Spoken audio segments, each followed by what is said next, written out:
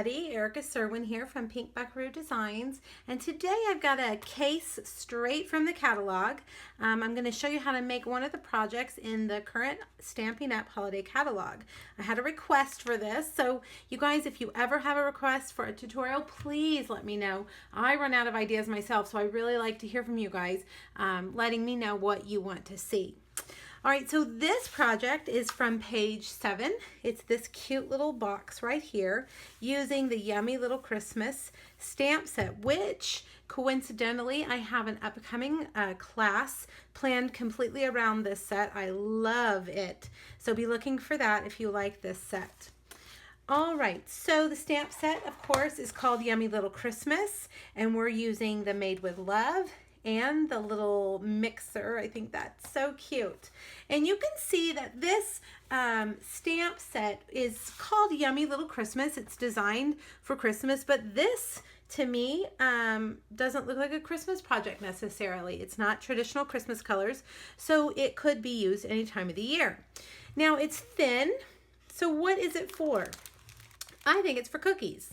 You can fit 1 or 2 cookies in here, which is a great size, so that you're not making 1,000 cookies. You can make 1 or 2 and put them in here and hand these out. All right, so let's get started. We're going to start with craft cardstock. You're going to need your scoring tool, your Simply Scored, and a piece of craft cardstock that is 10 inches by 4 inches. Now we're going to score the short side at 1/2 inch and 3.5 inches, and the long side at 4 3/4 and 5 1/4. This box is only 1/2 inch wide. Perfect for just 1 cookie or 2 cookies stacked on top of each other. Now we're going to take our snips and we're going to cut these short little score lines right here.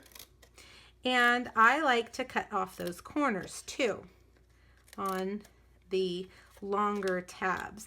That is going to help your box. If your score lines were off just a hair, those will overlap if you don't do that, and it'll stick out and it won't look good. So I know that in my crafting I am not perfect when it comes to things like that, so I felt like that was a really good option to make those sides always be perfect. All right, so let's fold them in. And we're going to need to get all these score lines burnished. We're going to need to put adhesive on 2 of the sides, and craft cardstock is kind of tricky, so I highly recommend you use tear and tape. Fast Fuse is my go-to, but I'm telling you, on craft, I always use tear and tape. Fast Fuse and craft, for some reason, aren't always trustworthy mates. So use your tear and tape for this. All right, so put that tape there and peel it off and fold these little guys in. And you're going to fold these right over those. And you want to kind of look at it from the top to make sure you've got those lined up nice and square.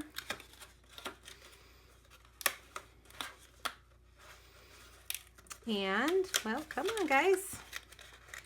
There we go. And then press those in nice and tight to create that good solid seal on your box. All right, so there's the box. Before I move on, let me just show you. I don't have any homemade cookies at the moment. These are just oatmeal cream pies that my kids love. But they fit, these cookies, if they're not already in a package, put them in our new gusseted bags. They fit perfect. Close it with a little washi tape. See how it just fits perfectly in that bag? I love it. All right, so now let's make the tag. I had to really study this in the catalog, and I thought, you know, that looks like a scalloped circle, but the scallops are not even. One is bigger than the other. And then I realized it's using our new little fancy tag framelits that is also in the holiday catalogs. I can't remember the specific name, so make sure you hop back over to my blog to get that information. But that's what that is right there. So I cut a piece of Whisper White, 4 inches by 2 inches. 4 inches by 2 3/8, I believe. Let me make sure. Yes, 4 inches by 2 3/8. Don't worry, if you're not getting all this, if you haven't written it down, it's all going to be on my blog, and there's a link at the bottom of my YouTube video back to my blog. Now, we only want this portion. Let me get back in the frame. We only want this portion cut. We don't want the score lines and we don't want any of that. So what we're gonna do is we're gonna line this up right here at the end and we're gonna put this plate only over the portion we want cut, okay? And we're gonna carefully feed that into the Big Shot like that. I'm gonna bring it back and let's see. There you go, voila, perfect. Now my paper's a little bit wide, so I'm just gonna snip these little ends off. Isn't that neat? Another use for one of your framelits. And you can do that too with your scallop circles and your scallop ovals. All right, so let's stamp. We're gonna use Mint Macaron for the cute little mixer. I'm gonna do that up here at the top. Oh, it's crooked. Let's turn it over and try again. You know, cardstock has two sides because you mess up the first one and you can stamp on the second, on the back side. All right, that's better.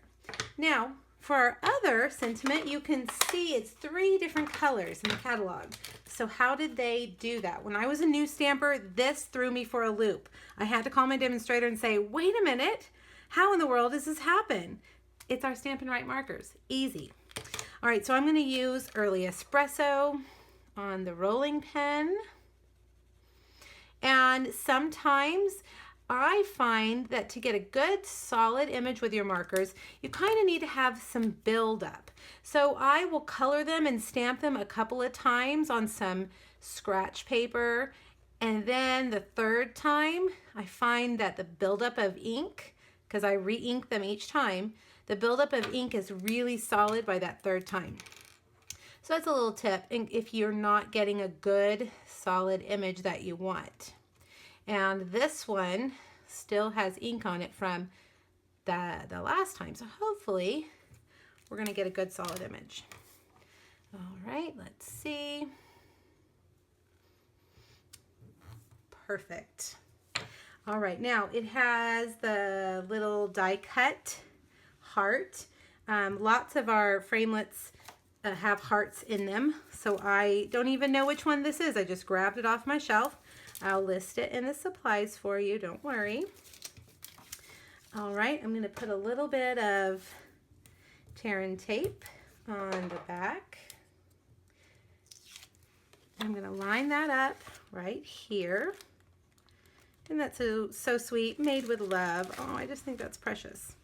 All right, a gold binder clip, and I'm using Old Olive Baker's twine. I couldn't tell from the picture exactly what they used, but I think that this is the closest. And you can see I used 2 pieces at once to make a double bow. Snip, glue dot, and we're just gonna add that right there. All right, you guys, this is an easy project. What do you think? You think you could use this holiday season or in the upcoming months to hand out some cookies? I definitely think I will.